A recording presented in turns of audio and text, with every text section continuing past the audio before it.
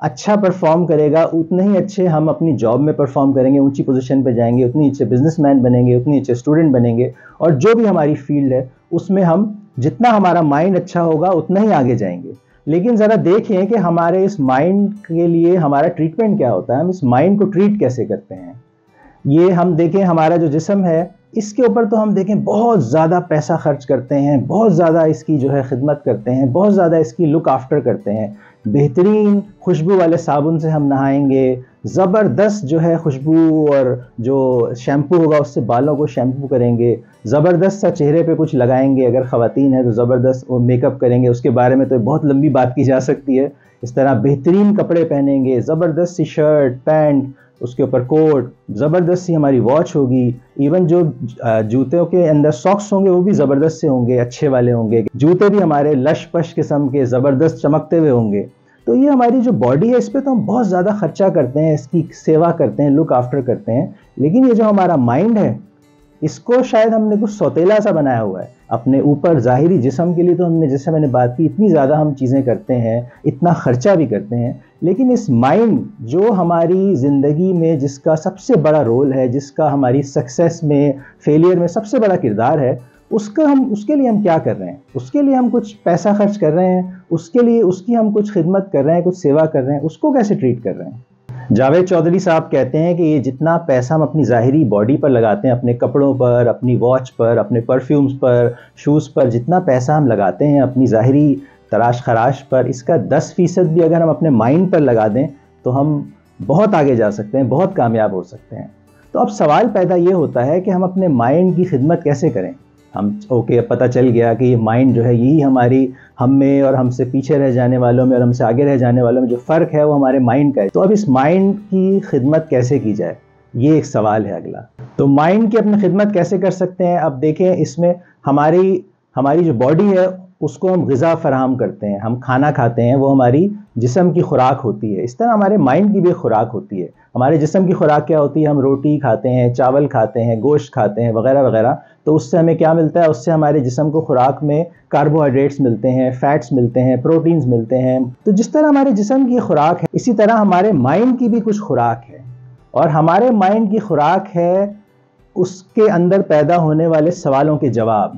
ہمارے ذہن کی خوراک ہے نئے آئیڈیاز، نئے کانسیپٹس، کوئی نئی لرننگ۔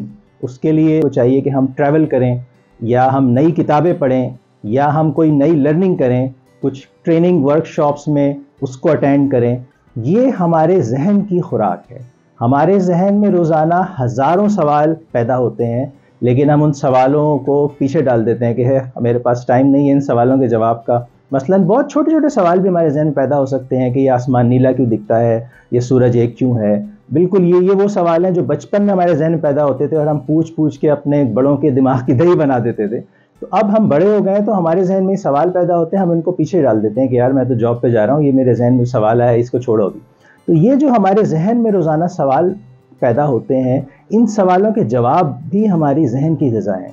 بات یہ ہے کہ اس طرح کے سوال اگر ہمارے ذہن میں پیدا ہوتے ہیں، ظاہر ہے ہم فوراً سے اس کا جواب نہیں حاصل کر سکتے۔ ہمیں چاہیے کہ ایک کوئی موبائل میں یا اس میں کوئی نوٹ پیڈ بنا لیں اور اس طرح کا کوئی سوال ہو اس کو ہم لکھ لیں، کیونکہ یہ سوال اگر ہمارے ذہن میں رہے گا تو یہ پیچھے پیچھے گھومتا رہے گا، یہ ہمارے سامنے آئے گا، ہم اس کو پیچھے ڈال دیں گے۔ ہم کوئی کام کر رہے ہوں گے تو اس کام پہ فوکس نہیں رہے گا، وہ سوال ذہن میں گھوم رہا ہوگا۔ تو اس کے لیے بہتر ہے کہ ہم اس سوال کو اپنے ذہن سے کسی نوٹ پیڈ پہ ٹرانسفر کر دیں، اور جب فارغ وقت ہو اس میں اس سوال کا جواب ڈھونڈیں۔ اب تو ہمارے پاس ڈیٹا ایکسیس ہماری فنگر ٹپس پہ ہے، چیٹ جی پی ٹی سے آپ جو سوال کا جواب پوچھے وہ آپ کو فر بتا دے گی۔ تو اس طرح سوالوں کے جواب حاصل کرنا یہ بھی ہمارے ذہن کی غذا ہے۔ اس بات کو ہم اس طرح ریلیٹ کر سکتے ہیں کہ جیسے ہم نے مثال لی تھی کہ اگر آپ ایک جگہ جاب کر رہے ہیں اور آپ سے ایک آپ کا باس ہے اور ایک اس باس کا باس ہے، تو یقیناً اس نے کیا کیا ہوگا، اس نے جس کمپنی میں آپ ہیں اس کی انڈرسٹینڈنگ اپنے مائنڈ میں بہتر کی ہوگی، اس نے اس کمپنی کے حوالے سے کچھ ٹریننگ کی ہوں گی، کچھ ورک شاپس اٹینڈ کی ہوں گی، اپنے مائنڈ کی انڈرسٹینڈنگ کو اس کمپنی کے بزنس کے لیے ایکسپینڈ کیا ہوگا، جبھی وہ آپ کا باس ہے۔